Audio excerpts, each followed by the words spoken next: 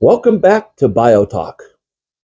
So this layout I used in some direct mail or postcards that I had sent out. So inside the sign panel that I'm holding, I put a QR code, and I did all this in the computer. I didn't create a sign with a big giant QR code on it. I just had a blank panel, and in the computer, I created the QR code, dropped it in that space, and then put all my other information around it with the same look to it, the same colors, the same fonts, the same background, the same photo, all that stuff. And then I just kind of change it up, mix it around a little bit, depending on whatever it's going to be printed on. And I have a couple other examples of that as well. So this is a more vertical version, and you can see the message inside that sign box.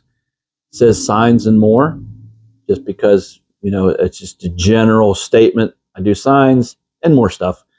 Because some advertising, you can't fit everything that you do in there. If you provide more than one service or one product, it's hard to list everything.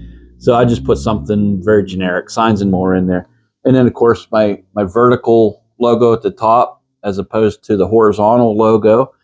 And then, of course, my contact information and everything down below. But still the same basic idea. The field behind me, outstanding in my field.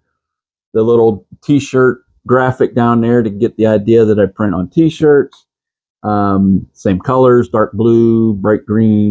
No matter what format that I'm advertising in, I use the same look all the time, the same feel, the same wording, all that stuff. And that's important in your branding. Here's one that's very simple, using the same image, different message in the sign panel. It says, "Get in gear," and my horizontal logo across the top, and then custom printed T-shirts across the bottom. Very simple. I've used this on a few things in-house here, and so that's just another example of keeping your branding very consistent across all platforms. Thanks for watching BioTalk, and hopefully these are helpful. Hopefully these are educational. Hopefully these are a little bit entertaining.